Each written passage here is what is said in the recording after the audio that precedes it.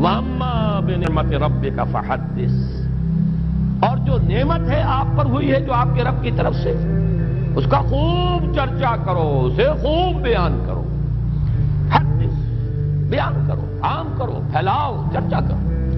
اب اس کے جو معنی لیے گئے ہیں، سب سے پہلا اس کا مفہوم ہے نعمت کا اعتراف اور اظہار. اللہ کی کوئی نعمت آپ پر ہوئی ہے، آپ اس کا اعتراف بھی کیجئے اور اظہار و اعلان بھی کیجئے، لوگوں کے سامنے بھی بیان کیجئے. یہ بھی شکر کی سب سے پہلی منزل ہے، بہت بنیادی منزل ہے. اس کی بالکل برعکس کیفیت یہ ہے کہ کسی شخص کو اللہ نے آسودگی دی ہے لیکن پھٹے کپڑے پہنے پھر رہا ہے، نعمت کو ظاہر نہیں کر رہا. اگر کسی کی تنگی ہے، اس کے کپڑے پھٹے ہوئے ہوں یا اس کے اوپر اگر لگے ہوئے ہوں پیبند، کوئی حرج نہیں. لیکن یہ کہ ہو کشادگی اور آسودگی اور پھر انسان یہ ہویا بنائے، یہ گویا کہ یہ اس نعمت کا انکار ہے، اس کو چھپا رہے ہیں آپ. تو اعتراف و اظہار نعمت اور اس پر اللہ کا شکر ادا کرنا. دوسرا مرحلہ ہے نعمت کی حق کی ادائیگی. جس کام کے لیے وہ دی گئی ہے نعمت، اس کو اس کے لیے استعمال کیا جائے. جس کو کہ امام راغب اصفہانی نے یہ شکر بالجوارح سے تعبیر کیا ہے، اس کا حق ادا کرو اس نعمت کا. لیکن سب سے اہم حصہ جو ہے جو حضور پر نعمت خصوصی ہوئی ہے صلی اللہ علیہ وسلم، وہ نعمت ہدایت. سب سے بڑی نعمت ہے ہی نعمت ہدایت. بلکہ میں آگے بڑھ کر جملہ کہہ رہا ہوں، نعمت ایک ہی ہے اور وہ ہدایت ہے، اور کوئی نعمت نہیں دنیا. ہر نعمت دوسری جو ہے وہ تابع ہے. اگر نعمت ہدایت ہے تو صحت بھی نعمت، اولاد بھی نعمت، مال بھی نعمت، فرصت بھی نعمت. اغتنموا خمسا قبل خمس، 5 چیزوں کو 5 چیزوں سے پہلے غنیمت سمجھو. اپنی زندگی کو موت سے پہلے غنیمت سمجھو، یہ بھی نعمت ہے. فرصت کو مصروفیت سے پہلے غنیمت سمجھو، فراغت فرصت. اسی طریقے سے صحت کو بیماری سے پہلے غنیمت سمجھو، جوانی کو بڑھاپے سے پہلے غنیمت سمجھو، تنگ دستی سے پہلے اگر اللہ نے فراخی دی ہے غنیمت سمجھو. 5 ہی نعمتیں ہوئی، عمر ہے، صحت ہے اور دولت ہے، فرصت ہے. یہ تمام چیزیں نعمتیں ہیں. لیکن نعمت ہونا ان کا منحصر ہے اگر نعمت ہدایت بھی موجود ہے. یعنی جس کو آپ کہتے ہیں نا وہ چیز کہ جو جس سے مس کر جائے گی وہ سونا بن جائے گا، اور اگر وہ شے جو ہے وہ مس نہیں کر رہی تو لوہے کا لوہا ہے. ان میں سے کوئی شے نعمت نہیں ہے جب تک نعمت ہدایت نہ ہو. اگر آپ کو صحت ہے اور ہدایت بھی ہے، آپ اس صحت کو خیر کے لیے استعمال کریں گے. دولت ہے، ہدایت ہے، خیر کے لیے، بھلائی کے لیے، اللہ کے دین کے لیے، لوگوں کی مدد کے لیے استعمال کریں گے.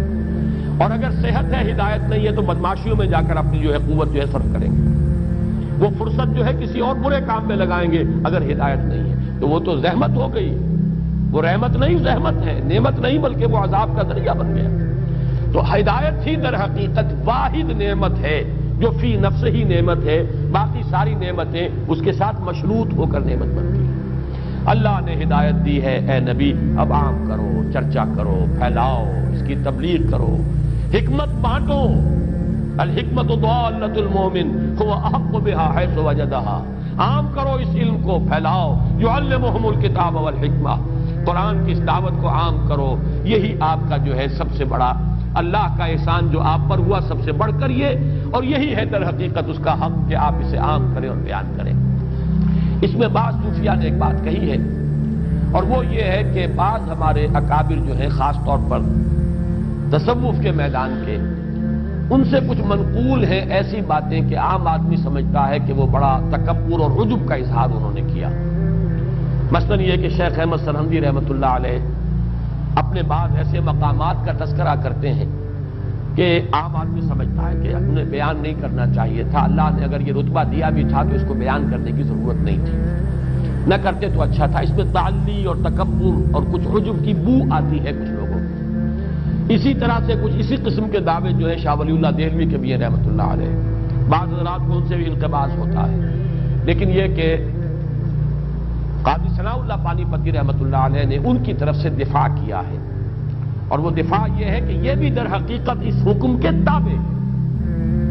اللہ نے اگر وہ مقام دیا تھا اس کا اظہار و اعتراف ان کے ذمے تھا. اگر وہ اسے بیان نہ کرتے.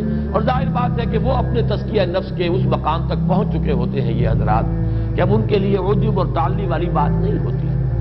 ان تمام رذائل نفس سے تو وہ اپنے نفس کو پاک کر چکے ہوتے ہیں. قد افلح من زکاہا.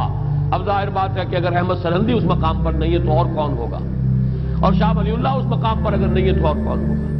اسی اعتبار سے حضور کہتا ہے انا سید ولد آدم ولا فخر، میں تمام آدم کی اولاد کا سردار ہوں لیکن اس میں کوئی فخر نہیں ہے. بہت سی باتیں آپ نے بیان کی ہیں. مجھے اللہ نے یہ مقام عطا فرمایا ولا فخر، مجھے اللہ نے یہ رتبہ دیا ولا فخر. میں یہ فخر کی وجہ سے نہیں کہہ رہا بلکہ اظہار نعمت کر رہا ہوں.